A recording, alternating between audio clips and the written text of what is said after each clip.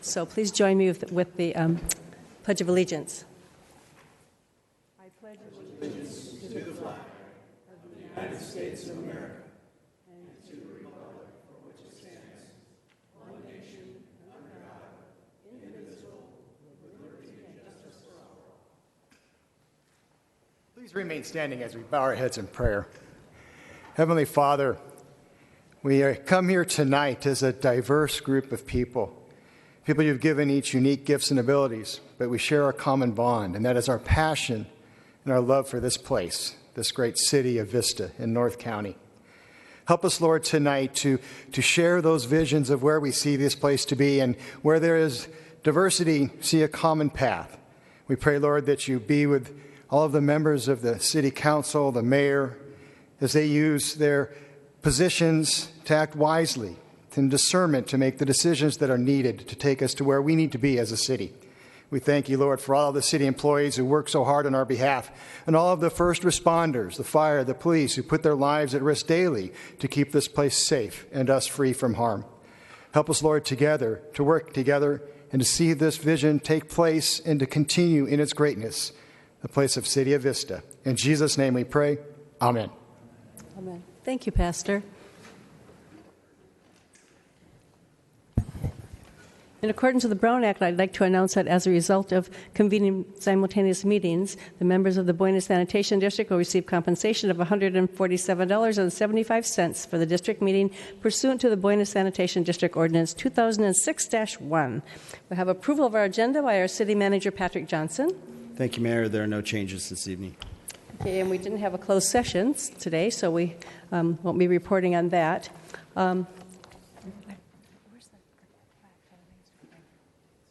Down there. Okay.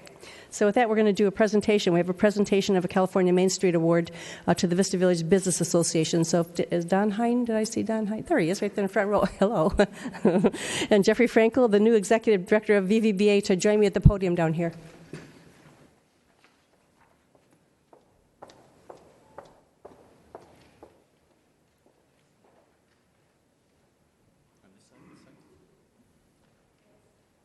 Right up here. Okay. I have a plaque here for, actually this is kind of interesting because this is a plaque for the Vista Village Business Association. It was an award they got from the California Main Street Alliance for 30 years of dedication and devotion to your downtown as a California Designated Main Street Program. And just so you know, interestingly, it was the VTCA back then, and I was on there as I can't remember if I was a chairman of the board or for sure a board member when we got this. And our population at that time was under 50,000, when right now we're at 97,000. So we've gained a few in the last few years. So Don is actually the head of the Main Street, or actually our Vista Village Business Association. Yep. And so I'm going to give this to him, and then I want to maybe say a few words and introduce our new executive director there. Thank you. Yeah, it seems strange for you to be giving this to me, seeing as you started it more than 30 years ago, and I just stepped in as president a few months ago. But we were honored, and from what I understand, we are not only one of the longest-running Main Streets, but I believe we are the longest-running Main Street. I think so. In the U.S., I believe they said that, so that's definitely an honor. And this is Jeffrey Frankel. He is our new executive director, just stepped in last week. So lots happening, and lots happening quickly. We're very excited. Thank you. Thank you very much. A lot of exciting things going on downtown, so you have to go down and see that. And don't forget that our St. Patrick's Day Parade is this weekend on Sunday. So, Absolutely. It's nice to meet you. Wonderful. Did you want to say anything? Or no? Okay, you're good. Okay, well, congratulations. Thanks, Don. Thank you very much. Thank you.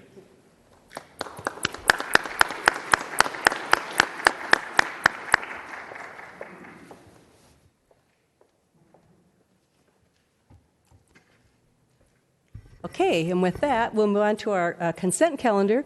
We have items C1 through C10, and the recommendations on the consent calendar will be enacted in one motion unless an item is removed from the calendar.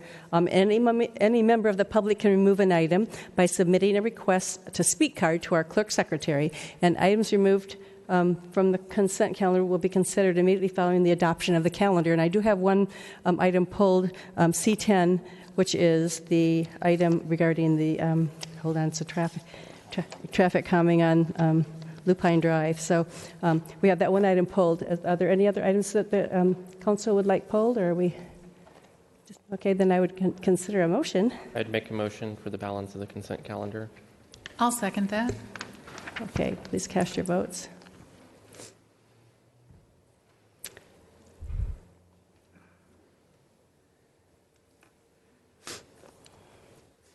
Okay, that motion passes unanimously with Councilmember Aguilera excused.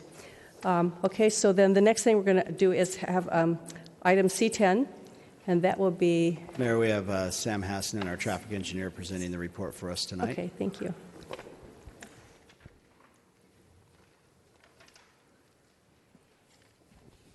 Good evening.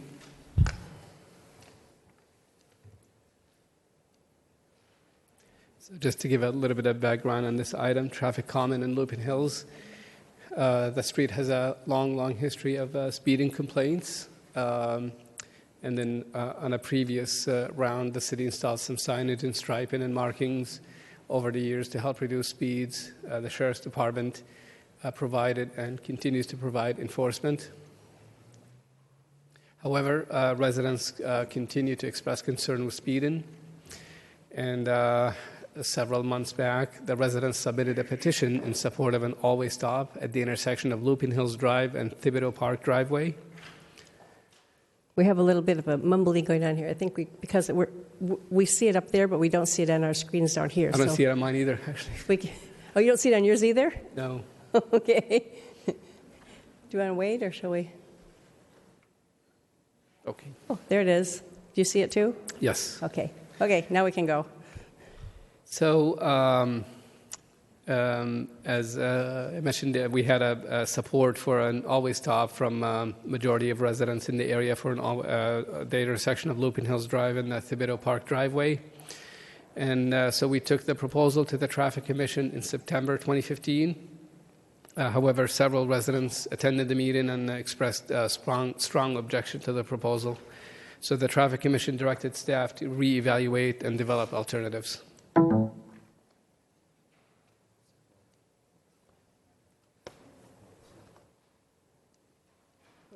It's moving too fast.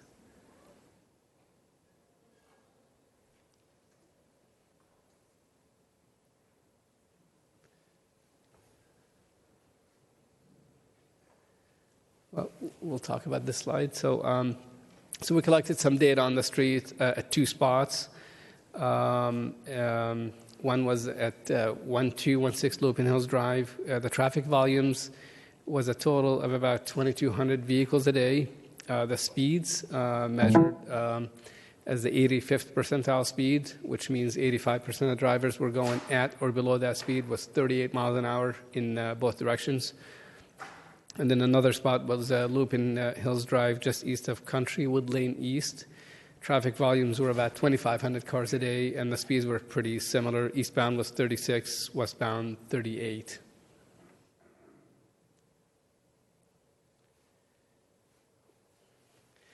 So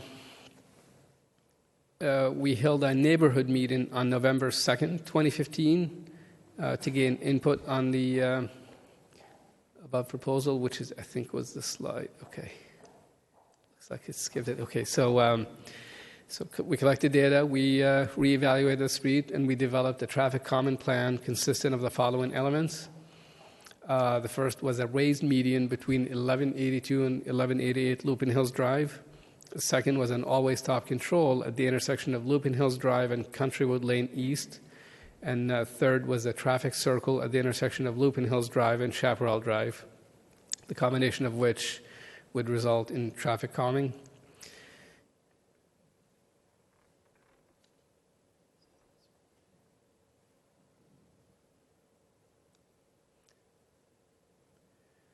So we held a neighborhood meeting specifically in the area to present the proposal to the residents before we moved forward with it. And at the meeting, the proposed traffic circle at Chaparral did not receive support. The residents instead requested an always stop at this intersection.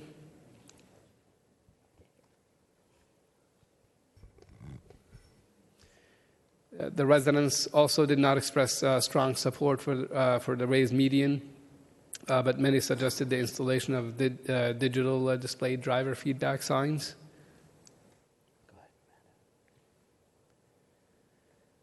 So we took the input back from the neighborhood meeting. We did some evaluations. We found that the intersection of Lupin Hills Drive and Chaparral Drive actually meets the standards for the installation of an always stop. And then since the residents did not support the raised median, we recommend the installation of signage and special traffic common striping patterns. And overall, based on the input received, we came up with an alternative traffic common plan consistent of the following elements, which is what is recommended tonight: an always stop control at the intersection of Lupin Hills Drive and Chaparral Drive, traffic common striping patterns in each direction approaching the S-shaped curve in the vicinity of Thibodeau Park, curve warning signs with 20-mile-an-hour advisory speed plaques in each direction approaching the same curve in the Thibodeau Park vicinity, and a digital display driver feedback speed sign for eastbound traffic across the street from 1216 Lupin Hills Drive. And, this is kind of an overall map. It's kind of small, but it shows the various components and where they fall on the street, various components of the traffic common plan. This is the traffic common striping pattern. It's out of the California Manual on Uniform Traffic Control Devices.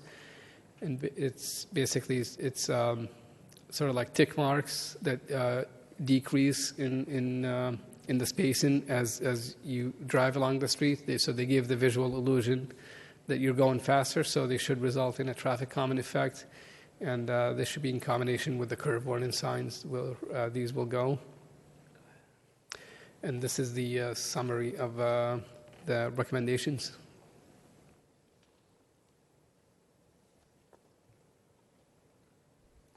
I want to That apologize. concludes my presentation. Yeah, I want to apologize to City Council. We're having technical difficulties, obviously, where the remote isn't working. So, Okay. So is that the end of your report? Yes. Okay. I have 4 speakers. Would you like to hear the speakers first? Okay. We'll start with Kathy Bagwell.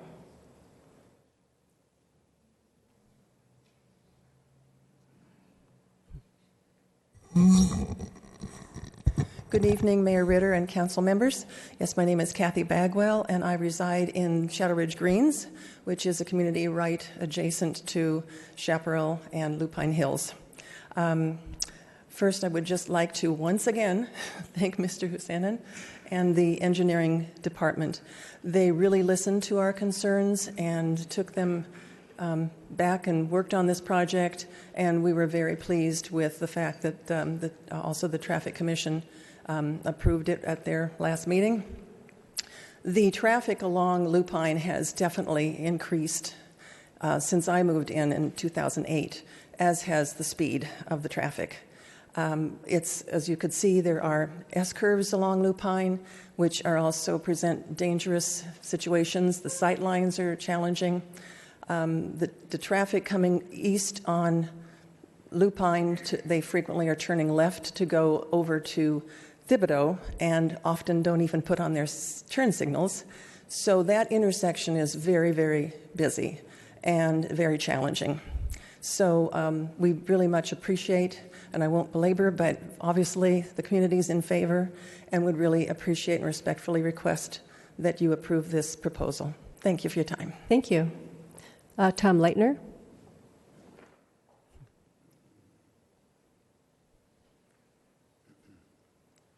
Madam Mayor, council members, I live at 1170 Lupine Hills, right by the Thibodeau Park.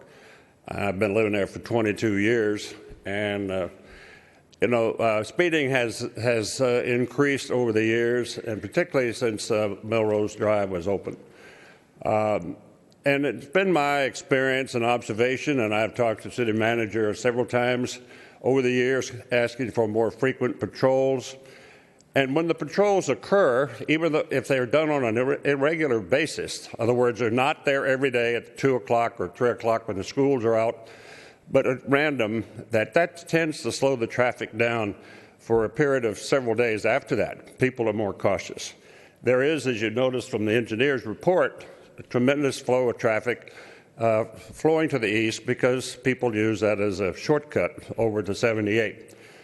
I really attended the meeting back in September or October, I guess it was, and I expressed strong opposition at that time that we do the raised curving, and I'm pleased that that part has been dropped, because I think that would just invite an accident. I've had a couple in front of my house, but they were not anything to do with speeders per se.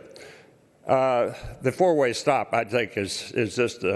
I don't think that's going to work. It's going to be a big backup there, especially during the rush hours. I do support the speed display flashing, and I've even suggested to the city manager that perhaps put some kind of sign up under that says, traffic violations or speeding violations can cost these amount of money. You see them on the freeways all the time.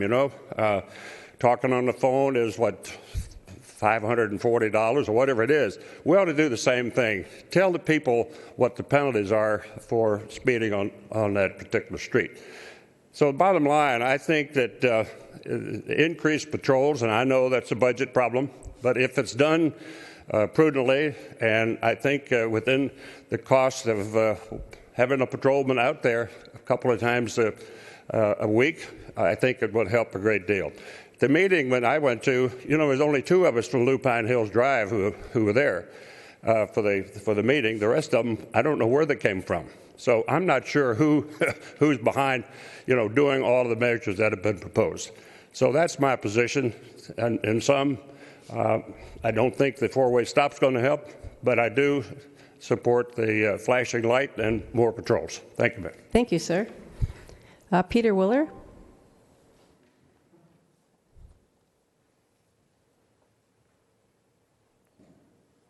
Excuse me, I'm Peter Wooler. I live on Lupine Hills Drive, about 4 or 5 houses up the hill from Tom. I support everything that Tom has said. I wasn't able to attend the meeting in November because I was out of town. I've been to 2 other meetings, and I was somewhat surprised to find out that the average speed is 38 miles an hour in one direction and 36 in the other. I thought it would be faster going down the hill than coming up the hill. And this is the area where I think the biggest traffic issue is, in the area where Tom and I live. I agree that the raised medians would be more of a danger than a solution to the problem. The accidents that have occurred, as far as I know, are in the general area where Tom lives. There's 3, as far as I know, over the last 5 years.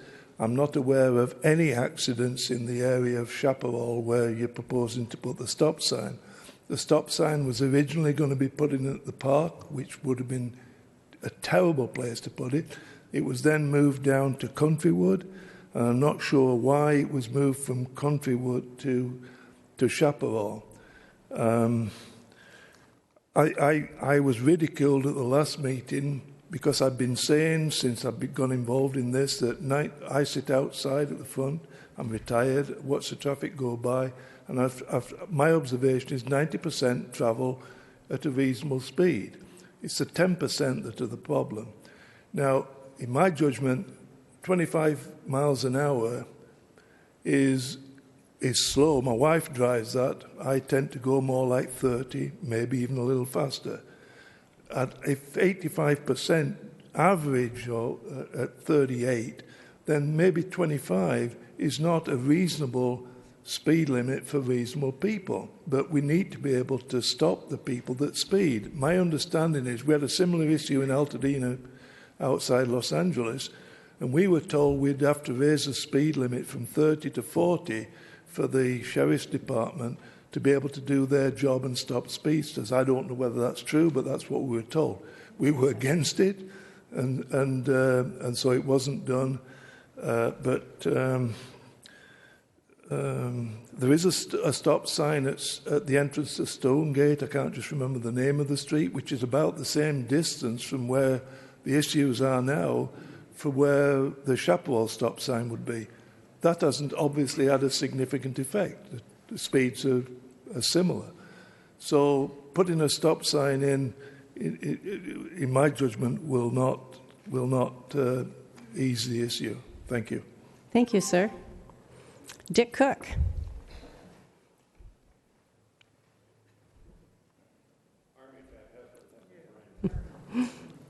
General Cook, welcome back. It was General Leitner. And then General Nuisance was with him. Mayor and Council, good to be back here. This is a little bit different from the building that I was used to. You've done yourselves very proud. For those of you who don't know, to, General Cook used to be on our council. So when I first got on the council, he was on the council with me. So you're still here. yeah, I know. I have attended the November meeting. I haven't been to any other of the meetings, but I've followed it closely. And I've talked to Patrick Johnson about it. I've sent him emails. And I walk every day in that area. I walk early in the morning. So I see what kind of traffic we have and where it's coming from. And I got to thinking the other day that we have 4 directions of travel at that intersection. And in each alternative, if you will, they can go 3 directions. That means that in the morning or the late afternoon, people have to decide on 12 different alternatives as to how they're going to proceed. Now, a stoplight would work, like you have at all the other major intersections. But I know that's expensive. It's out of the question. But I would like you to think about the number of alternatives that exists, and I don't know if anyone's even thought about that or looked at it, but it's something that needs to be brought into consideration. Thank you. So you're thinking we should think about a traffic light there instead of a stop sign? No, I'm not recommending a traffic light. I know that they're expensive. But my belief is the traffic moves well now. And although there are some people in other areas of Shadow Ridge that have probably signed a petition, I don't know. I think the majority of it, the vast majority, would just say leave well enough alone. Okay. All right? Okay, thank you. Thank you. Okay, Council. Anybody have anything? I like the stop sign that they put on Thibodaux and Chaparral because I go there all the time. That's the place I travel, and so I'm always grateful that they stop on. When I'm on Chaparral turning onto Thibodaux, I'm always happy that there's a stop sign there coming from the other way. Councilmember Franklin. The speed limit there on Lupine is 30 miles an hour right now? 25. Lupine has 25, yes, sir. 25. I agree with the need to do something about reducing speeds. By the way, I am on this stretch of road and traverse this intersection at least twice every day. And used to be a neighbor in the Shadow Ridge Greens, just recently moved to Columbus Circle. But I still traverse this intersection every day. And for 2 years of my life, I emerged from my housing development into this intersection. So I agree with the need for the digital display sign. I like the curve warnings, and I agree with the striping. I noticed that's been done on Mar Vista with particularly good effect. That might have been done by the county. But I have to agree when it comes to the stop sign. I've in the last few days I've taken particular notice every time I've gone through this intersection. Traffic flows very well through there. You're already preparing to come down to stop at Shadow Ridge or to turn left.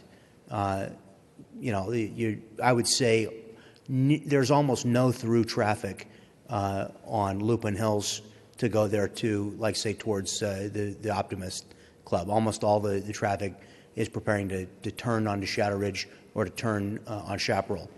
So most folks are already slowing speed for that purpose. And I'm not sure that in that particular stretch because of that you have the same problem.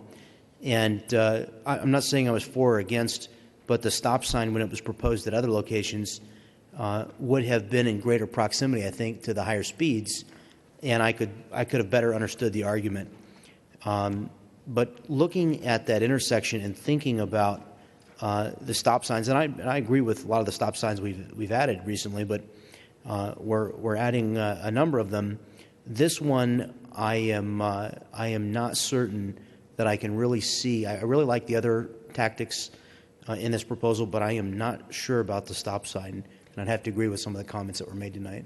Do you ever think going the other way, coming on Chaparral? Do you ever have trouble getting out onto Lupine from that stop sign in the morning when the traffic's coming? At no time, and I've thought about that very question, and at no time of the day, either emerging from the Shadow Ridge Green neighborhood or coming from Chaparral, I'm usually making a left, sometimes making a right. It is in the height of the busiest time of day of traffic. You could wait 30 seconds, maybe 45 seconds to get a clearing, but you trying to get onto what is basically a subarterial, that makes sense to me. So there's not an issue with traffic flow that would be solved by this. I mean, I think the proposal is purely to calm traffic right there, right? It's not to solve it's not to solve an accident problem or to solve a backup problem of any kind. So that was the intent, but we did plug in the quantitative numbers on this one and did meet the warrants. It was right at the threshold, the 20 points minimum. There's an evaluation in the packet that shows that. So it did meet the warrants, but it's right on the threshold. Could you explain to me, because I don't quite understand, I mean, I understand what a raised median is, but for what length of road was the raised median proposed? As part of the last proposal, that was proposed to be maybe about 50 feet, 40, 50 feet or so. And actually, it's what is more commonly known in the industry as a chicane because it meanders the traffic through it. So there's a sort of like kind of a meandering median and then curb extensions on either side so that the traffic would have to kind of zigzag through it to slow it down. Did you consider on Longhorn, if you were to go from Melrose, on Live Oak through the intersection, and you're on Longhorn, there is, I don't know what you call it. It's like a corral. It's only, and I think is there a stop sign? That's a little different. That's in front of the high school.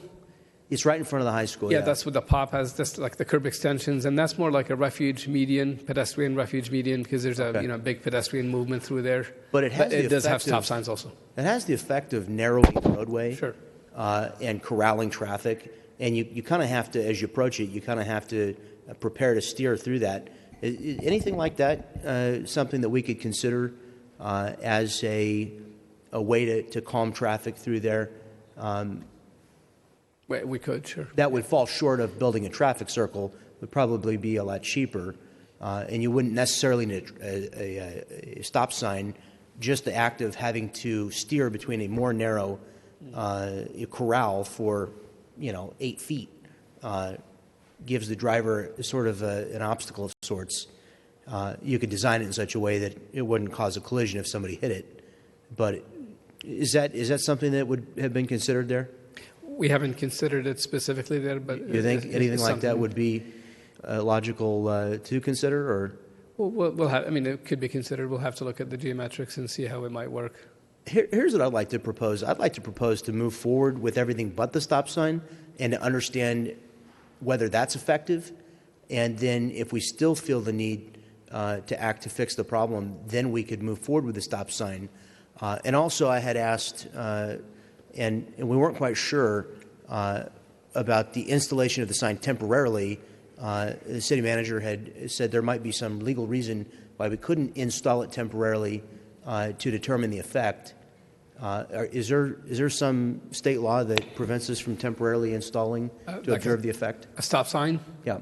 I'm not aware of anything specifically legally, but it's usually a stop sign is it's obviously a regulatory traffic control device, and once it's in, drivers get used to it, especially the side streets, Chaparral and the driveway from the condos. So it may be a factor where people get used to it, then it gets pulled out.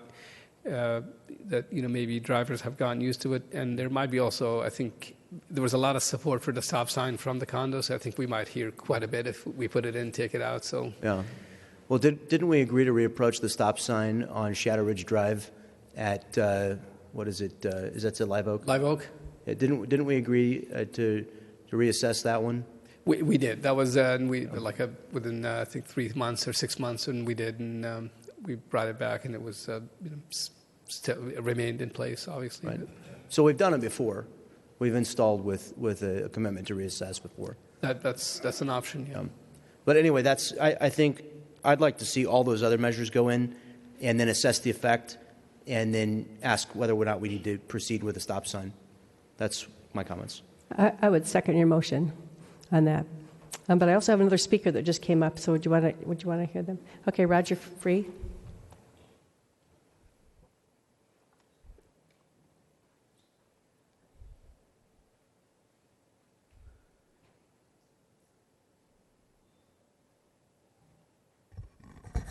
Thank you. My name is Roger Free. All of you have gotten a letter from me regarding the speeds on Lupine Hills. I'm a civil engineer, and I've designed a lot of miles of road.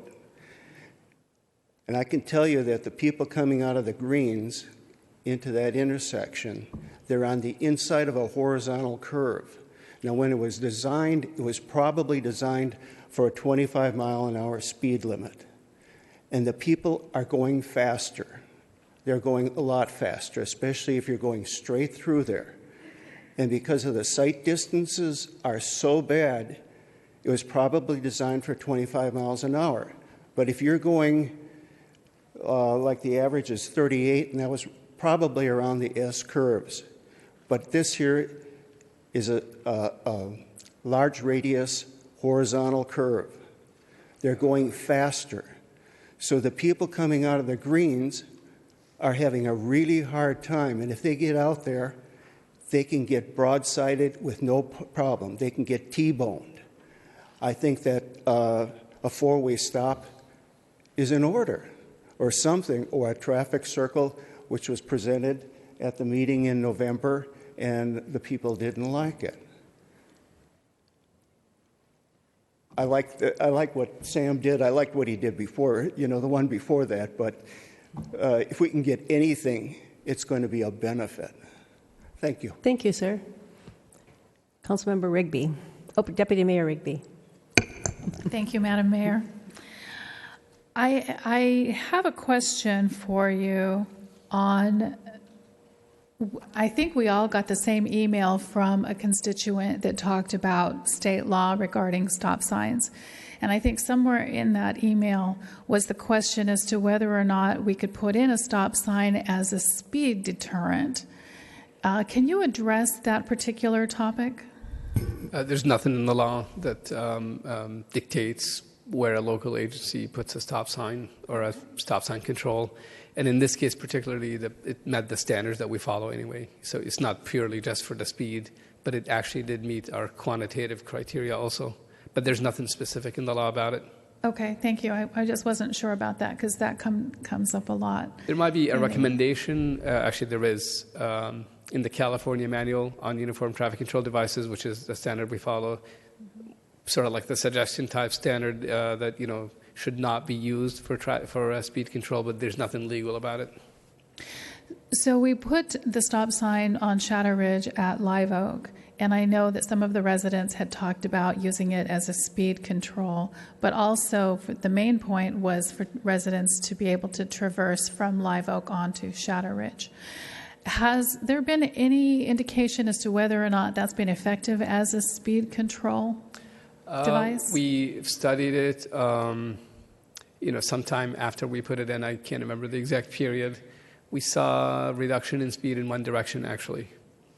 And we have had some positive feedback from residents pulling out of Live Oak because that was a big thing also. And it was sort of a multi-purpose, the intersection plus the speed generally on Shadow Ridge Drive. So it seemed like that it has addressed the concerns because we haven't gotten speeding complaints since then at all. So that's kind of a big indication sometimes when we're not hearing anything, from the neighborhood. So it seems like that it has been working.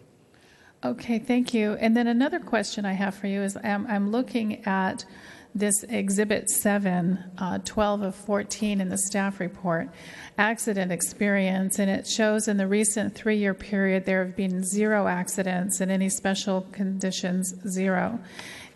Yet one of our speakers talked about having had 3 accidents in front of his house. Do we know why this says 0 and the resident reports 3? So what you're looking at is the stop sign evaluation at the intersection of Lupin Hills and Chaparral. So for stop sign evaluations, this quantitative criteria only considers the intersection itself, the volumes at the intersection. That very narrow space. This is only not a few feet up the road. Correct. This is basically cars pulling out of the side street, being hit by cars in the main street. In this case, Lupin Hills. So this is what that reflects. But there have been the 3 accidents that were mentioned. Those did occur. And within the last 4 or 5 years. Okay. Those actually were further up in the curve, Thibodeau Park area. Mm-hmm. Okay. Were there serious injuries with those accidents? I don't recall specifically. Okay. I think I have the printout here somewhere, but That's okay. Thank you. I'm kind of torn between the stop sign and its efficacy in this situation. I do agree with the other traffic calming devices, the striping, the particular signage about the speed limit, the digital sign, etc. And I've heard from a few people, I think we all have, not just here tonight, but through emails and out in the community when people stop and talk to me about it, that are mostly in favor of it. I've heard very few people who are not in favor of it that live in that neighborhood. So thank you very much for your time. Councilor Campbell? Thank you. Most everyone that I've heard from on this item has been very much in support of the proposed 4-way stop. I think staff did a good job of developing a compromise plan. Although personally, I do know some roads that utilize the raised median. If you're referring to the same sort of concept where it creates that sort of curve and back-end effect, which is very effective at reducing speed and yet allows traffic to continue flowing without coming to a full stop at a stop sign and then moving forward. So I think I would like to look at that being reevaluated going forward if these measures are not fully effective, taking a look at that in, say, 6 months to a year as an option. I don't know if the rest of the council has seen that sort of raised median. Oceanside has a couple of locations that use that. And I think that's a much better option for calming traffic and slowing traffic than a stop sign. But in this particular case, I think the combination of everything put together will result in the desired outcome. I was just going to ask you, when you pulled out of the greens, because it sounds like there are some issues with the people pulling out of the greens with a stop sign, so I'm thinking maybe that, because the people, it's through traffic, but maybe it's dangerous for them coming out. But you said you live there, so I would ask for your opinion on that. Well, I agree with Mr. Freeh's comments about the nature of the curve. It does create a reduced viewpoint when you're on that side. But again, I pulled out of the neighborhood every day for 2 years, and I never thought to myself, something really needs to be done because this is a terribly unsafe situation. I think the impetus for the sign is really to calm the traffic, which is something I agree with, but unfortunately it has the negative additional of creating an impedance to the traffic flow there that I'm not yet sure. So I think I'd like to modify my proposal to say everything but the sign, but I'd like to have staff bring this back to us in 6 months. And would it be possible to take another speed survey after we implement all of these measures? Yes, sir. Okay. And I certainly would consider what other meaningful devices we could utilize to continue to reduce speed down to the legal speed if we're not able to make a dent in it with these initial tactics. We can do that. And I kind of sit on the fence on the sign. I mean, I could go probably either way if the people in that neighborhood think it's dangerous, maybe you're young, so maybe you could have trouble pulling out. Maybe they Maybe. I don't know. So I could go with a sign or not. So, but I think we definitely should do the things with your motion, and then I don't know, look at the sign later or try. That's fine with me. If the rest of you want to try the sign, I'm fine with that I'd be too. happy to re-examine it in 6 months in terms of the sign, and I would include that in my motion to move forward without the sign, and then in 6 months re-examine the impact, the new average speed, if there is a change. And if there's been no change, then I think maybe we need to consider more strategies and would entertain the sign or some other recommendation from the traffic engineering staff at that time. Okay. Deputy Mayor Rigby. I just wanted to reiterate, I appreciate the speakers we had here tonight, and with the 3 speakers that were in opposition to the sign and the 1 email that was in opposition, those are the only people I've heard in opposition. I've heard from community groups and individuals, excuse me, who live in the area who really want the sign. So I would rather err on the side of caution, as we did on the other stop sign, and install the sign and revisit it in 6 months to see how effective it has been at that time, because there is always the option to remove it if it's impeding traffic and it's not fulfilling the function that we expect it to fulfill. So that's where I would rather go is to revisit it, because you can take it out after 6 months if it's not proving to be effective. With the council direction, it can be removed, yes. So I don't know how my colleagues feel about that.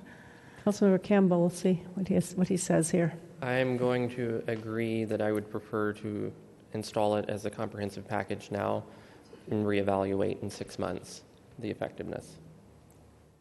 I would just say, just in this case, just because it met the actual warrants, it's not just purely a speed, measure, speed control measure. It probably is a good idea to proceed just because it actually met the quantitative criteria. Right.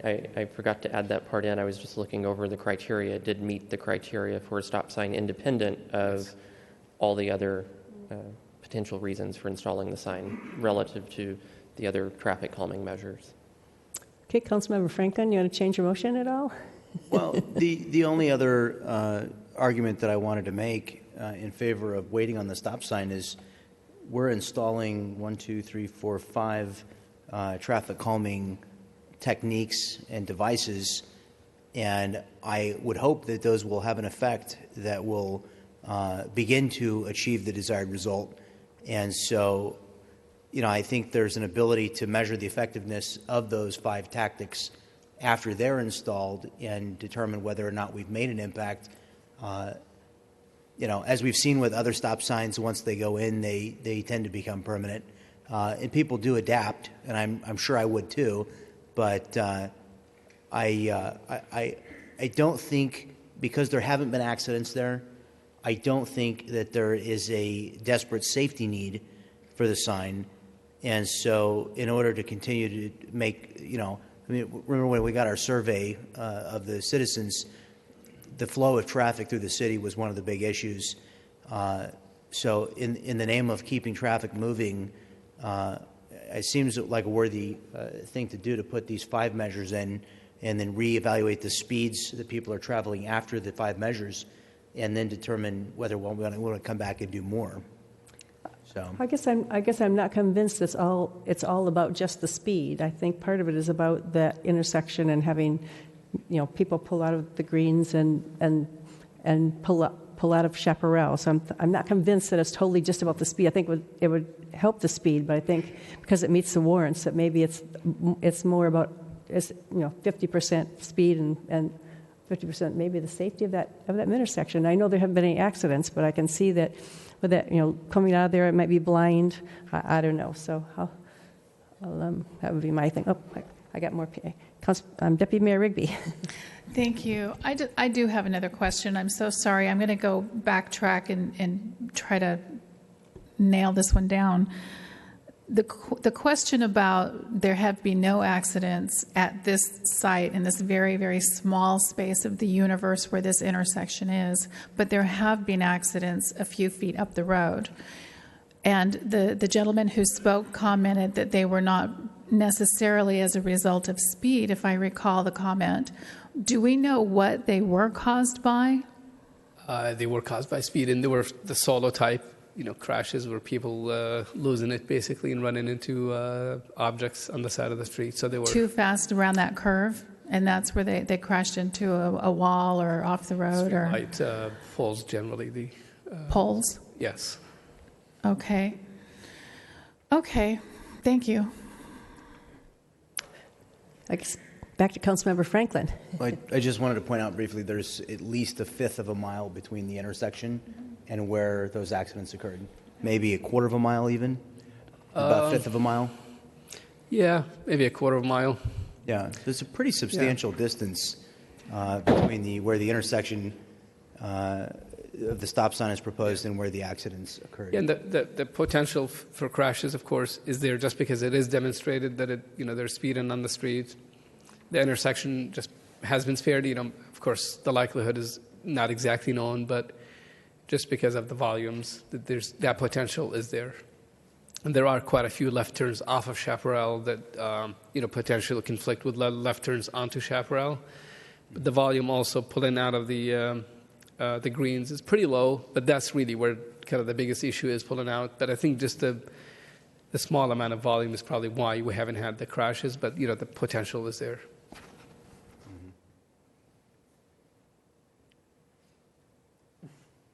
Councilmember Campbell. So here's my suggestion, and this is how I'm going to vote. So let's move the discussion along here. I think the engineering staff, your original proposal involved a bit more in terms of traffic calming measures regarding including the raised medians, traffic circle.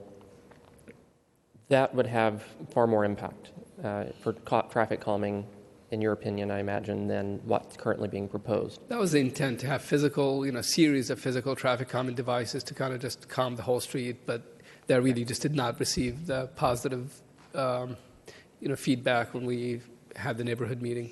Sure. So understanding that that's the sort of initial proposal to develop traffic calming, and then we're down to some striping, some signage. I don't see that that's necessarily going to have the immediate desired effect on its own. Taking the the four-way stop independently of traffic speed, it meets the criteria independently of any other ulterior purpose besides intersection traffic control at that intersection. So I'm going to support installing the traffic signs at that intersection and assume that in conjunction with the other proposed traffic calming measures that it may have a positive effect on reducing the speed of traffic, or it may not, but it will definitely not have a negative effect on traffic calming on that street. So that said, I'm going to support the proposed plan as it is without removing the traffic sign or the traffic signal, waiting 6 months and reevaluating it all over again. What I would suggest to my colleagues would perhaps be the better idea, as Councilman Rigby recommended, was installing the signs. We can reevaluate it in 6 months if it's created a significant burden on drivers on that road or it's created a significant traffic impediment. That would be the better way to evaluate it from my perspective. Okay, Council, we have a motion already, so unless you want to amend your motion. I'm going Was this a substitute motion? Offer a substitute motion. Did you want, or do you want to? Yeah, I seconded his motion. I seconded Franklin. Yeah, Councilmember Franklin's motion. I had seconded that. So he has a motion and a second, but now he's offering a substitute motion. Yeah. So, Councilman, you're offering the item as proposed with the addition of a 6-month review? Yes. Yeah. Is there a second You going to that? second it?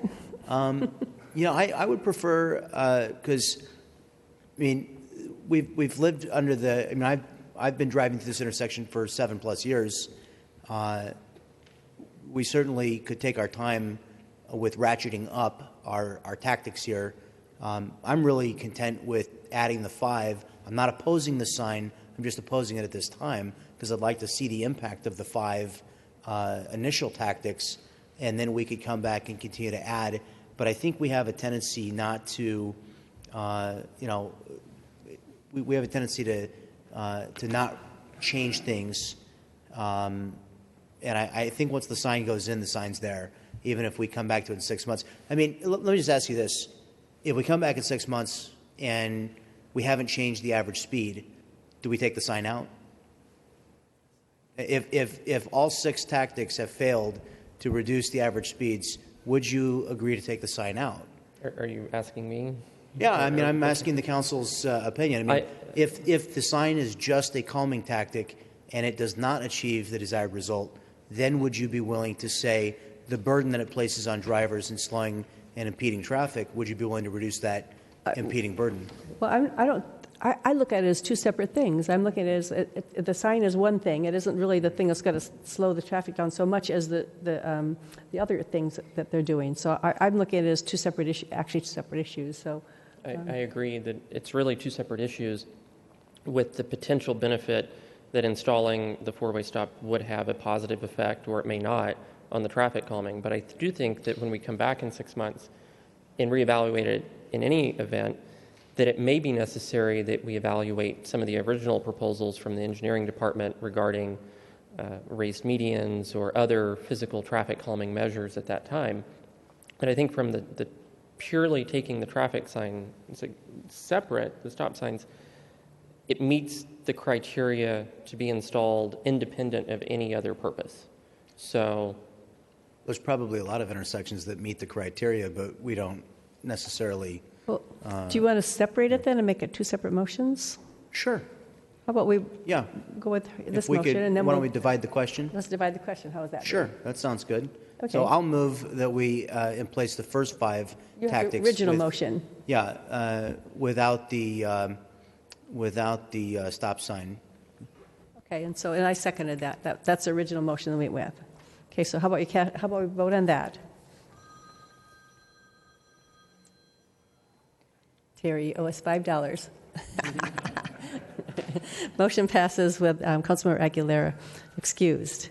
Okay, so then the second thing will be the stop sign. I'll make a motion that we install the stop signs at the intersection as recommended by staff. And revisit within 6 months. Was that a second I heard down there? I will second that, yes. Okay. Okay, please cast your votes.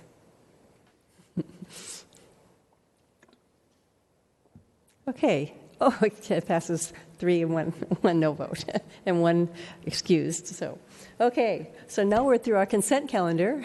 And we're on to the next thing, which is our discussion items. Our items scheduled for discussion generally require detailed explanation by the staff or the agency member that has requested the firm. Tonight we have 1 discussion item. It's a zone change for the mini storage use on South Melrose, and that is we're discussing a change for potential mini storage location on South Melrose. And this item was requested by Councilmember Campbell, so I'm going to ask him to introduce the item. Thank you, Mayor. I brought this item forward as a discussion item for the council so that we could direct staff regarding the potential zone change brought forward by the applicant for the potential mini storage project. And it asks that Director of Community Development. Let's shut the doors back there so it gets quiet again. There we go. Okay, sorry. Questions on this item or introduce it as to what the applicant has requested. Councilman, did you want the applicant to present this item on what they would like? Yes, that would work better. Thank you. Oh, okay. And I think the applicant, if I'm not mistaken, has submitted speaker slips. Here we go. Okay. Sorry. Got a little lost in the consent item here. Okay. Barry, is it Adams? No, it's AON. What is it? I can't read your writing. Hi, good evening. What's your My name last- is Barry Adnams with Hard Hat Builders Incorporated. I'm the architect for Trico Investments, who are proposing the development of a self-storage facility at the site. I apologize, I don't know the exact address, but it's a vacant parcel on Melrose that is a challenging site, currently zoned, I believe, B1, C1. And we are proposing a self-storage facility be built on that site and change the zone to C2 with a conditional use permit allowing self-storage. The site is challenged in that it has approximately 65 feet of grade change in a north-south direction, and then the topography of the site falls off the street back east-west, perpendicular from the street, creating roughly a 20-foot bowl as it goes linear across the site. Because of the topography, the proposed zoning and uses allowed become problematic to be able to get the site area and building area economical to justify selling of the site. So we have approached the seller and are in escrow. Trico is in escrow to purchase the site to allow self-storage, which is a product and a building type that can be manipulated and designed to meet site challenges. The conceptual plan that was presented to Planning Department, I believe, that has been forwarded on to each of the members. I don't know if we have that we can. Okay. Do all the members have that conceptual site? Because I believe we have. I don't know if we have it, but we've seen it. I think I don't know if everyone has seen it, but.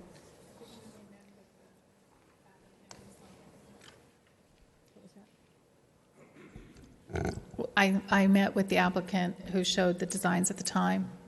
Yeah, I met with him also, so I saw it. Did all of you meet with him? Okay, so we've all seen the site then. Okay. Okay.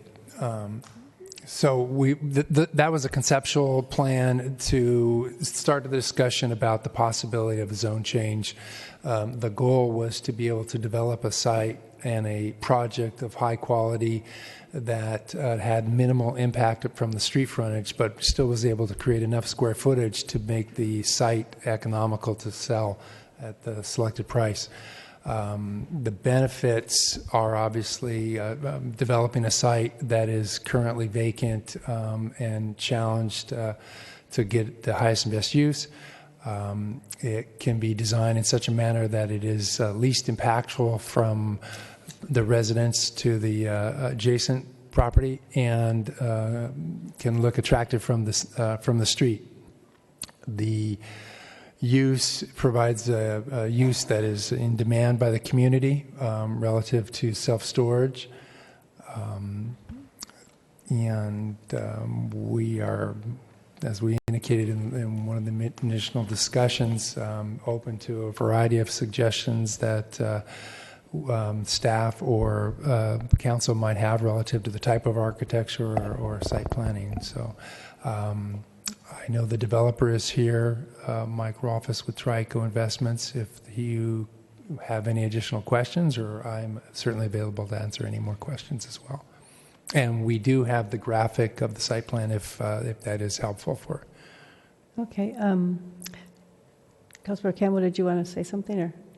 Well, I just wanted to say in regards to the process of what this item is a little bit out of the normal order, but in discussions with staff in terms of getting direction on either moving the application or request for zoning change forward, if you could just walk us through what those steps would be moving forward. I have two more speakers. Do you want to hear them first? I think it might be helpful for the speakers to understand that it would still go, I think, through the Planning Commission and back through the public hearings to the council before Okay. we approve anything. Okay, one of them is Mr. Rolfs, which is the also the developer, I think. So I'll wait until. Okay, let's do that. Let's have So the applicant Mr. Connolly give us. Thank you, Mayor. The applicant approached staff a few months ago with a proposal to change zoning on the site, as Mr. Adnam's identified, to C2 zoning to allow for a mini storage project. We get a lot of requests for mini storage, so the staff really isn't super anxious to rezone property for that purpose, so we thought it would be appropriate for them to meet with the council. In doing so, it was calendared to have a discussion in an open forum about whether or not there would be council support for such a change. If we get that tonight, what we would normally do is schedule a workshop or discussion item at the council where we notify all of the neighboring property owners. The staff makes a presentation on what's proposed, and the council can give final direction. Then the applicant would submit a formal application and go through the normal planning entitlement process where it would go through environmental review and then to the Planning Commission for a recommendation and to the council for a final decision. Okay. So then I'll hear. Do you want Mike Rolfs? Do you want to speak? Maybe.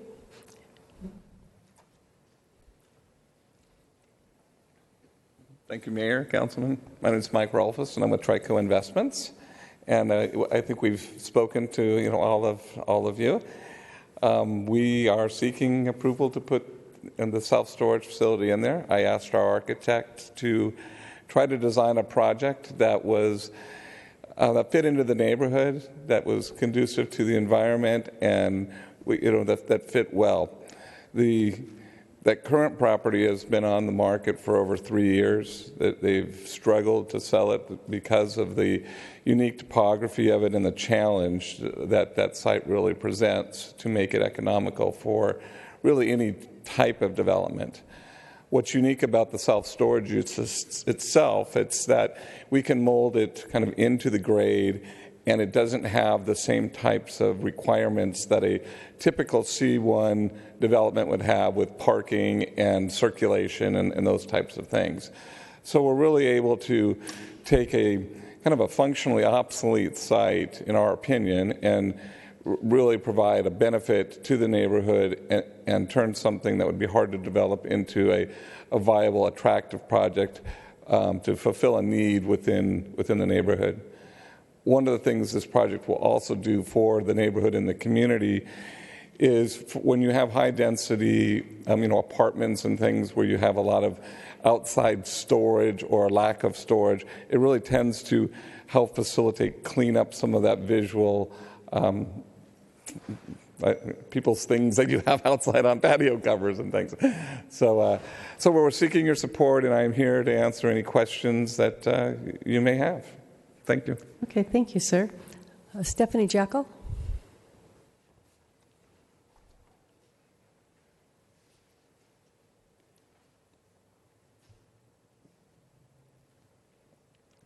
Good evening, Stephanie Jackal, 1500 Green Oak Road. My only question is, do we have a map? I don't know where this is. Well, you're going to hand him that. I was going to say it's right across from the city's lot off of Sunset and Melrose. Right where Sunset comes into Melrose, and then it's on the west side. On the west side of the street. Next to Ralph's Shopping Center. Yeah, just before you get to Ralph's Shopping Center, toward the top of the hill. That was your only question? Oh, okay. Okay, so anyway, so anything else you want to say? Councilmember Campbell, was your...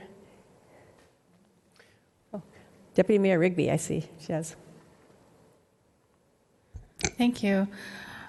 I'm very familiar with this spot as I drive by it multiple times a day, and have been for upwards of 30 years now, having lived here almost that long and worked here even longer. I don't have a problem with open space. I don't consider that to be a negative thing, and I'm not sure that that's the kind of use that I would like to see there if we ever did put anything there. So I'm actually not, if I can say this, I'm not in favor of this proposal. I have another speaker here. Val Brown.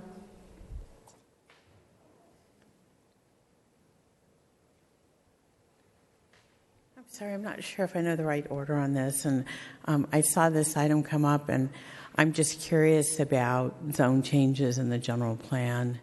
John, thank you for the explanation on that. My concern about this would be, does it fit with the area? There's a lot of residential right next to it. It's below residential. And it just seems kind of awkward with a shopping center going in across and there's horses across the way. I guess that would be my only question is how will it fit into that area? So that's why I came here tonight to learn about it. So thank you.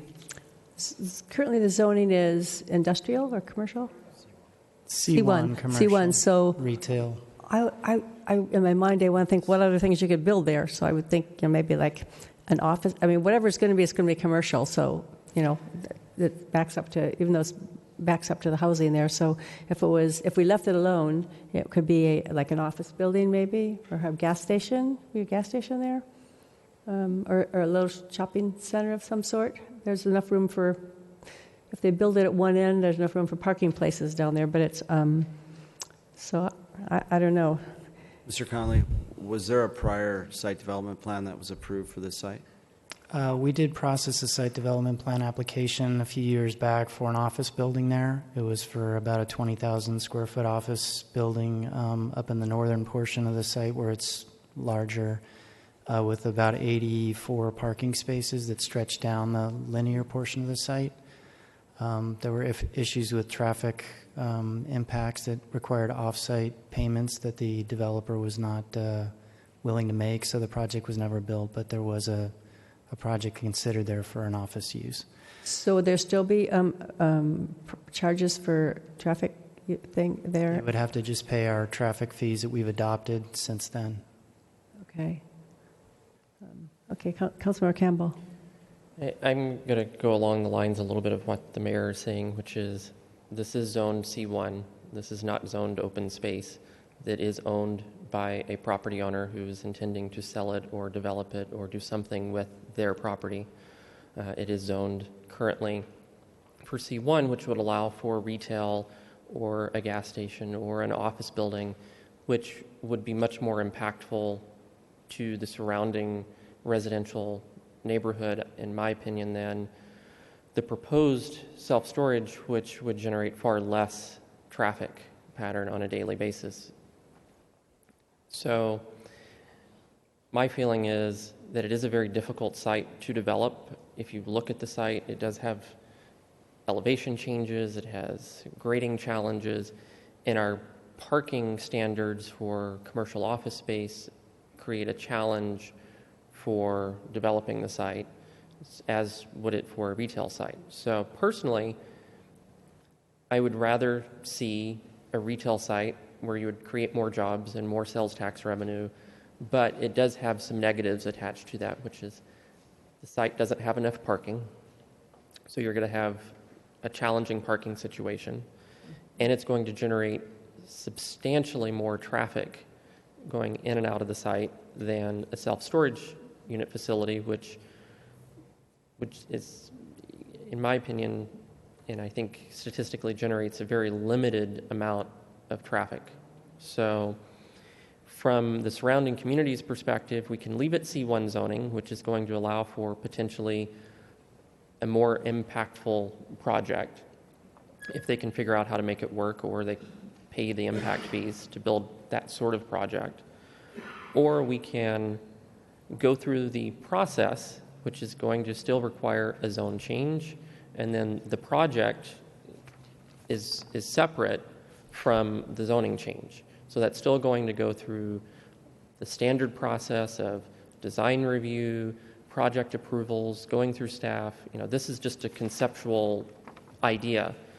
Maybe we don't like this. Maybe it's something else entirely.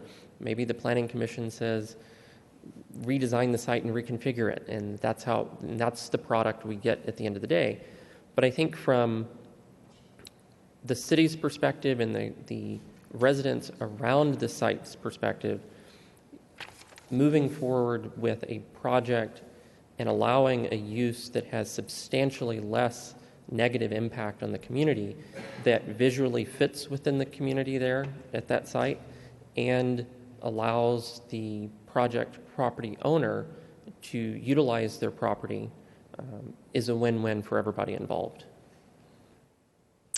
Councilmember Franklin.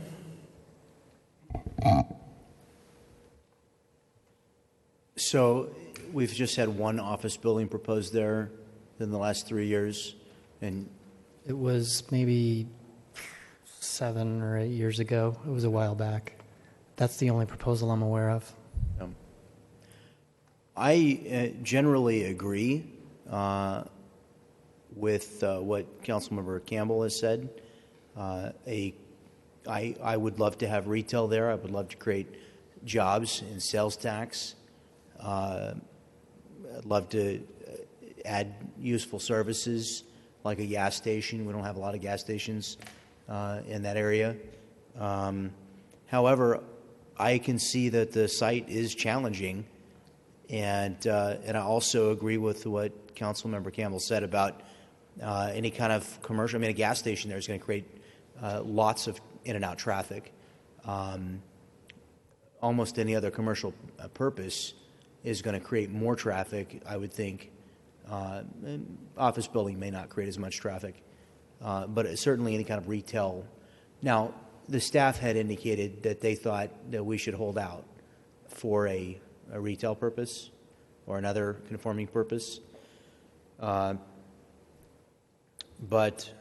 I would just ask, 7 years have gone by, and I agree, some of my colleagues have said, we don't need to jump at the first thing that comes along. I would agree with that, but in the annals of our development department, we can't find another proposal for the use of this space.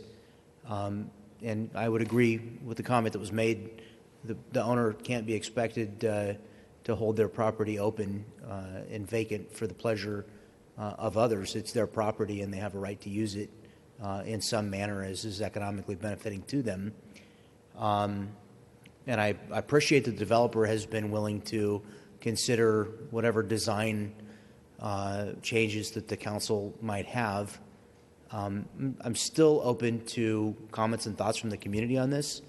I'm thinking we've been complaining about density and people not putting their cars in their garage with some apartment complexes that are just up the road. And this, I don't know if is there another self-storage facility closer to Breeze Hill, closer to the courthouse than your facility would be? I can't think of one. I can't either. So this might serve a need for those communities to help put some cars in garages. Could potentially alleviate some pressure from storage ability. So, if there was some compelling evidence, if we were close to having a gas station and some other retail stuff, and that was a great use, and there had been 2 or 3 attempts in the last decade. Right now, I think I'm inclined to be supportive of the developer's proposal, unless staff's prepared to make a more forceful argument about the utility of waiting. I'm just not sure that that's a greater weight in my mind. So that's where I'm at right now. I tend to agree with you, and I think, and I know we're not in a hurry to develop it, but the people have a right to sell it and develop it that own it. I know it's been a long time and they haven't got many offers on it. It's a difficult site to build on, but and office is overbuilt right now in our area. And I know that it might not be in another 10 years, but asking them to hold on to it till for another 10 years, and maybe we would get an office. And I think a gas station would not be as with the residential homes, they're not going to like a gas station any better. The storage, I think, would be a quieter use than a gas station would be there. So and less traffic. So I can't think of any storage places in that area. There might be some that I'm not thinking of, but I'm thinking it might be needed in that part of Vista and South Vista. So, Councilmember or Deputy Mayor Rigby. Thank you, Madam Mayor. Do we know what the zone was designated when this owner bought the property? It's been C1 zoned for a long time. The owner, I'm fairly certain, has been the same owner for a long, long time as well. So he bought it at the current zoning designation? That's my understanding. Okay. And how long has he owned it? Have you said I missed it? I do not know. Okay. The parcel was created when Melrose was punched through that area and was purchased not long after that, and it was zoned C1 at that time. Okay. And it was mentioned up here that this would create jobs. How many jobs? I have a storage unit at one of there are quite a few storage facilities in Vista, and I have one of them. I don't ever see too many people there, so I'm wondering what is the job impact? What kind of jobs would this create, and how many would there be? Can anybody answer that? I'd defer to the Developer. applicant if I can. I don't think it creates very many jobs. No. I don't think. On average, in the operational part of it, we run probably close to 4 people, 4, maybe 5, which includes, we usually run 7 days a week, and so there's usually 2 people at a minimum, plus a maintenance person on the site, and then there's a district manager which oversees that. And then there's the ancillary jobs that are created, which aren't a lot, but through maintenance and the other types of vendors that we hire to support the project. Okay. I'm assuming the district manager is not stationed there. He just kind of comes in around the district? Yeah, the district manager is responsible. We have other facilities in the local area. And He wouldn't be based at this facility. Well, he's a corporate type person. Yeah, so he spends 1/8 of his time at this facility.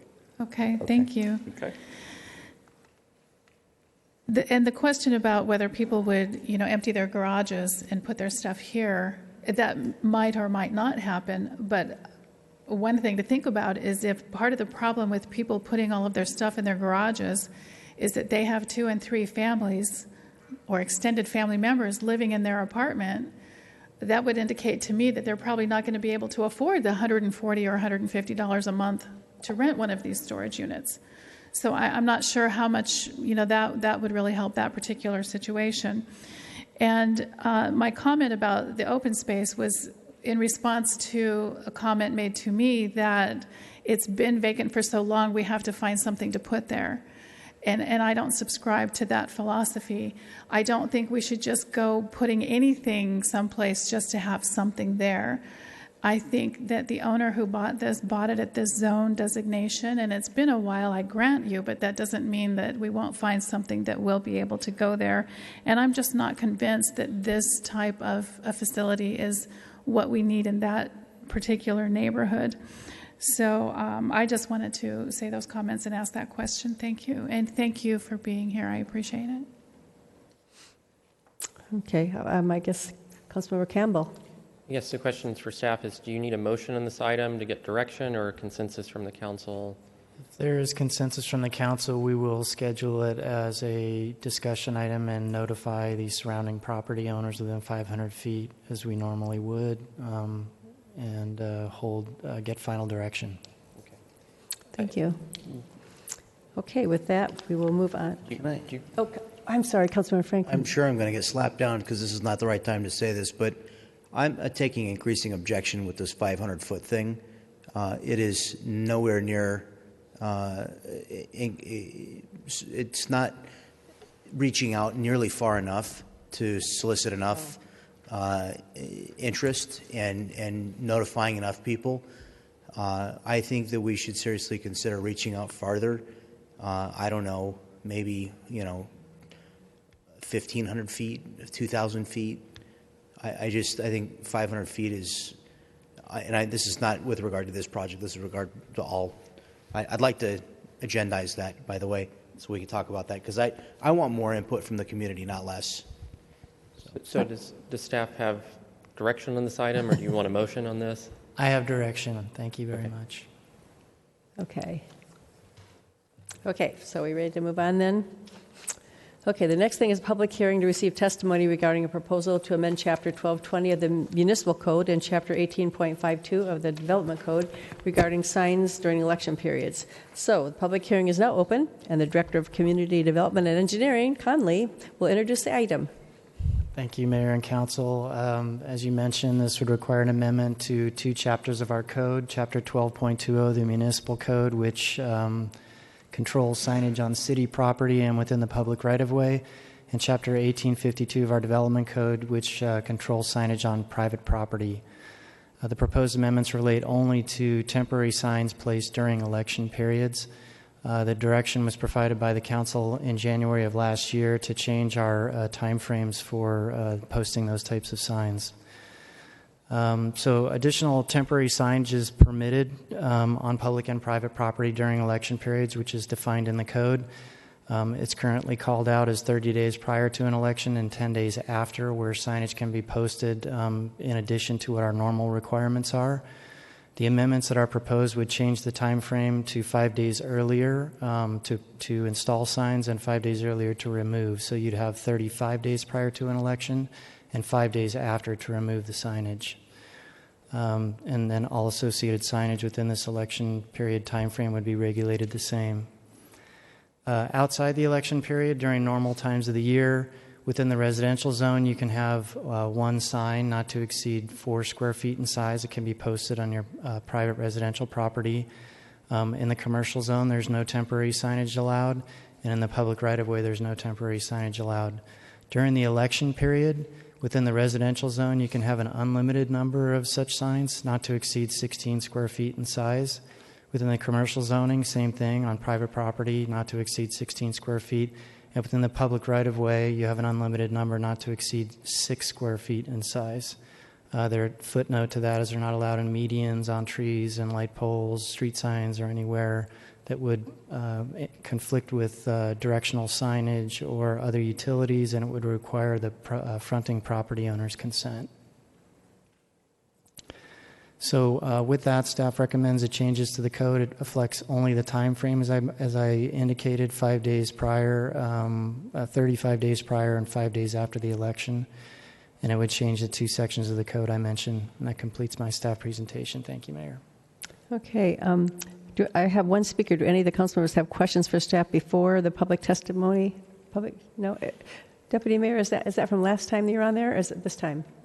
It's this time, but later. So after the speaker. Okay, got it. Okay. Tom Fleming.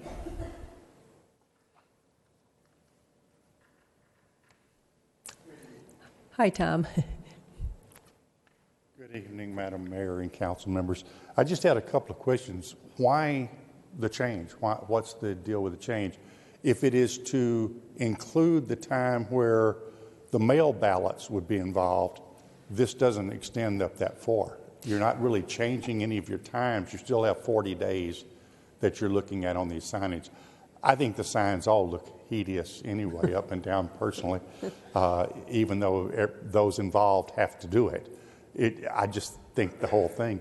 But if the point is to include the mail ballots, because that has been mentioned to me before, that the signs go up, the mail ballots have already gone out, and a lot of people have already voted by returning that before the signs even go up. So the question I had is just what was the purpose of it? If the purpose for y'all to discuss and find out what the purpose actually is, and it might consider extending it or reducing it completely. I don't have an opinion one way or the other. I just want to bring that up, that I would like to hear some discussion on why you're doing this and to accomplish that. Our city manager has a... Yes, sir. Yeah. No, I was just going to answer the question, and that is after the last election period, the city council, the item was brought forward by a city council member that wanted to reduce the time after the election that candidates had to take their signs down. And so it was proposed to reduce that time frame to 5 days.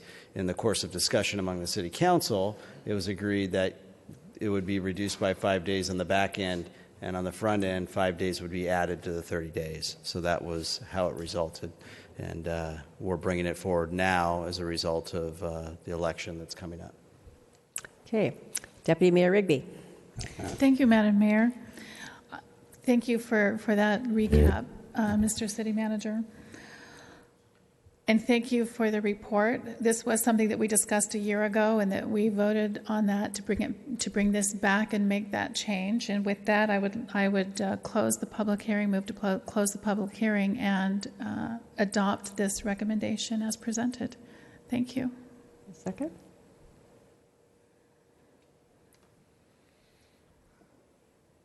Actually, you don't? I do not. Oh, well, I'll second it. But go ahead. Councilor Campbell? I mean, personally, I agree with Mr. Fleming that election signs, no one likes them, but they are a necessary evil, so to speak, in campaigns. I think extending it prior to the vote-by-mail ballots further out would be more appropriate. I mean, personally, some cities do 60 days, 45 days prior to an election, which encompasses that sort of election period. I know we kind of had this discussion a year ago, and we kind of settled on the 35 days prior. You're still missing a lot of election activity, even 5 days prior to when the mail ballots go out. So personally, I would rather see it 45 days prior to an election with the 5-day period afterwards, but that's just me. So you're just asking for 5 days? You're saying 5 days like it used to be? No. What are you asking for? No. Instead of 35 days prior to the election, my suggestion is 45 days prior to the election and 5 days following the election to collect the signs. It used to be 10 days after to collect the signs, which is a long time. Right. Many other cities and jurisdictions do 60 days prior to an election. Some do 45, many do 45 days. Save us from looking at those signs for so long.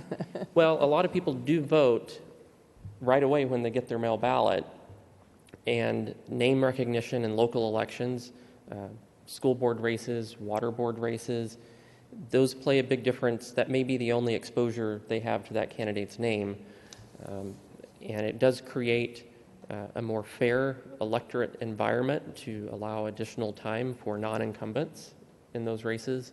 So it's important, in my opinion, to allow for more participation in the democratic process through an extended period of time. Unfortunately, the downside is you do get to see more election signs. And those of us involved in politics see too many election signs all the time, but the community the average voter has to have a lot of exposure to signs over and over to even recognize the name of someone who's running. So 10 additional days every 2 years beyond what's being proposed, I think the benefit definitely outweighs the negative. Would 10 days cover the absentees? It doesn't, though. The absentees go out. 45 days prior to the election, I think, would give you 15 days for sign placement prior to the absentee ballots being mailed by the registrar of voters. I just hate to have our city looking so bad. It looks so trashy. So anyway, I'm just going to stick with the original thing. Anybody? Okay, I guess, are we ready to cast our ballots? Do you have anything to say? Councilmember Franklin, are you okay with? We have a motion and a second while you're... As is. Yeah. No, we had the discussion on this before, and I apologize. I had to step out to the facilities, and the audio is off. We need to fix that. I couldn't hear what my fellow council members were saying. But we compromised. Instead of increasing the amount of time, we shifted it, which I thought was a good idea. I'm not dead set against even more, but I thought that the community might not appreciate having to look. There are always, as those of us know, put them up, there are always a lot of complaints about the signs, and the community only has so much of a tolerance for them.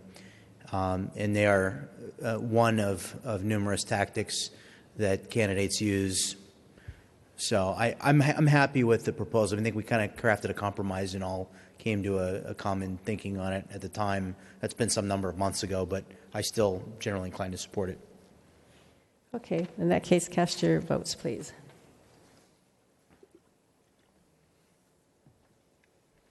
Okay, that passes with 3-1, and 1 person is excused. Okay, I have oral communications, and I have 1 speaker. J.C. Wynn, did you stick it out all the way? This is supposed to be a short meeting. I just want to say, hi, Madam Mayor and Council and everybody. And once again, I'm over here thanking the city for their help in getting this Easter egg hunt thing at Brangle Terrace Park on Saturday, March the 26th, going for all the kids of our community. It's going to turn out to be a really good thing. However, I would like to one day somehow I talked with Patrick a little today about having this incorporated to be a collaboration. And so it just doesn't seem like Santa's helping the Easter Bunny, but it just seems like the city and all the volunteers come together and we have a big old party in the park for the kids. You know, it seemed like it would be a good PR for, you know, the people in the city, for the kids and the community leaders and everybody that we're working together to, you know, come together. Because what I always hear is, oh, darn city, they don't want to give us the park, the egg hunt, or they don't want to do this or they don't want to do that. But, you know, I know that ain't the case. And so that's my dream, is one day maybe we can all just make it a collaboration and we'll all be happy. I like to let everybody know all the pieces are falling together. We're going to have a wonderful day at the park. Like I said, on the 26th from 9, everybody's invited. You can help do paint faces of the kids or something, make Easter baskets with them. We got a lot of different activities we're going to have. And speaking of signs and elections and everything, that's kind of weird, because I was going to say we have 23 signs left from our original 30 that we started with 6 years ago now. So I'm hoping that for 2 weeks prior to our Easter egg hunt, we can have these signs stay wherever we put them, on private property, of course. But we got some people that go around and pick them up, and they're advocates for the city, and they don't want signs and da-da-da-da. But sometimes some still get taken. So hopefully we could make a note that, you know, the Easter egg hunt at Brangle Terrace Park is for all of our kids, and we just want all the kids and their parents to know that we're going to have it, and we pick them up right the next day. Actually, on Saturday in the afternoon, I'm doing that. I get home, I take a little nap, I wake up, I go pick up the sign. So it's all good for all the kids, and it's been getting bigger and better every year. For some of you that have been out there to see it, a lot of people come, and it's just really a good thing, and hopefully, and thank you for helping us get this going, keeping it going. If I may, before you head out, if you've lost signs, get in contact with me and I'll donate 10 signs for you. Well, I got Mark Ross going to make me 10 more right now, so we're going to try to get back up to around. But we recycle them, so we just put new date numbers right on them, you know, so it all works good. So. Okay. Good Thank job. you. Thanks, JC. Okay, with that, that's our only oral speaker. So with that, we will go to remarks. And I guess I'll start with, who wants to start? Councilmember Campbell, you start. No remarks this evening. Oh, that makes it easy. Councilmember Franklin.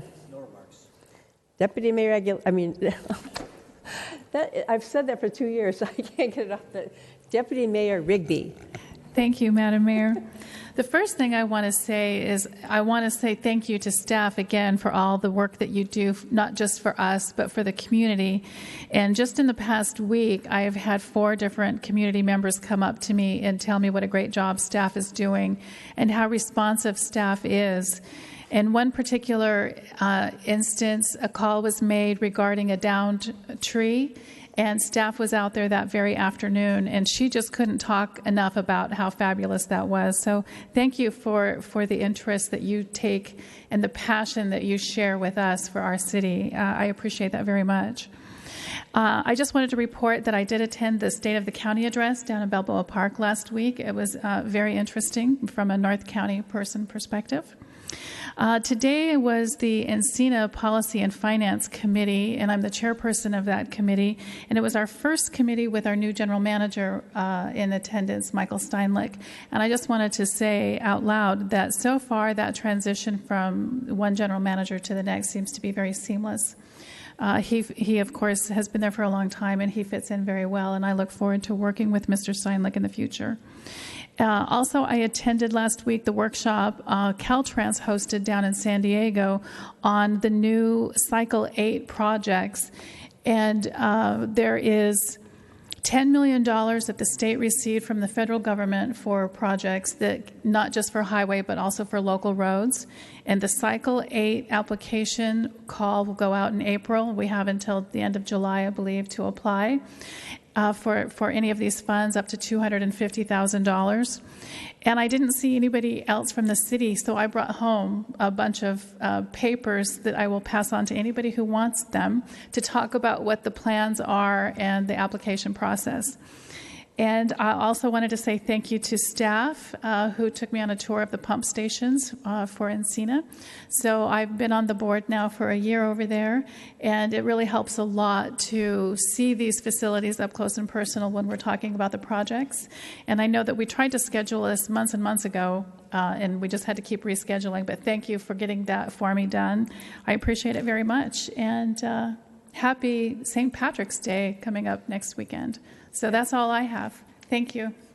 Okay, so I have comments here, and I won't go through all my meetings that I had because it would be long. This is my 6th meeting just today, so but we had the State of North County Day with Bill Horn, which was very interesting, and so these are my comments here. So I hope you had a chance to look at our latest art show. It's out in the gallery out there.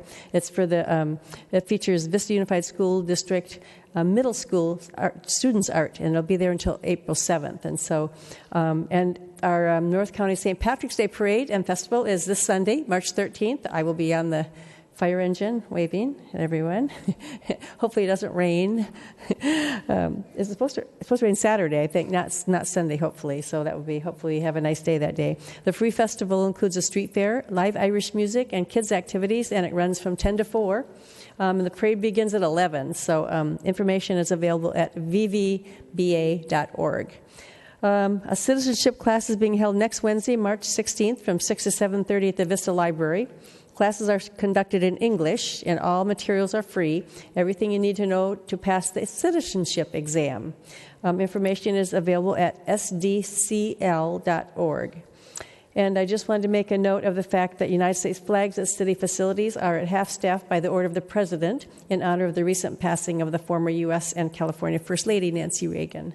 So I will give announcements. I'll pass it over here to my city manager, Patrick Johnson, and see what his announcements are today. Thank you, Mayor. As Deputy Mayor Rigby mentioned, we've had some damage in the most recent experience of El Nino, and a very large tree came down, which Public Works did a great job of clearing out. We also had some flooding issues and storm drain issues that were taken care of. And in the downtown, we had a roof canopy come loose with some metal flashing that got airborne and actually took out one of our light poles. And so Public Works was on that as well. But if any members of the public would like unfilled sandbags, we have those at Public Works.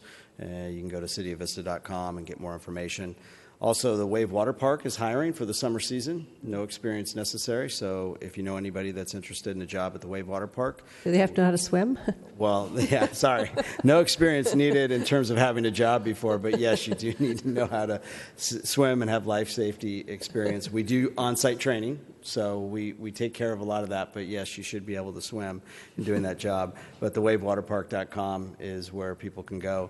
And then as a reminder, daylight savings time begins March 13th on Sunday, so we set our clocks forward 1 hour. So thank you. So that would be the parade day. The St. Patrick's Day parade day will be the time change day, oh brother. And we get less sleep. Now we're going to all be tired next week. Change your clocks before you go to the parade. Yeah. Okay.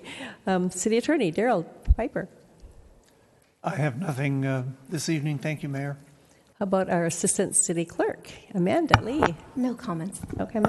Okay, and then just one other thing. I wanted to adjourn our meeting today in the honor of Marjorie Kosh, who died recently, just a few days ago. And she was a grand lady in Vista.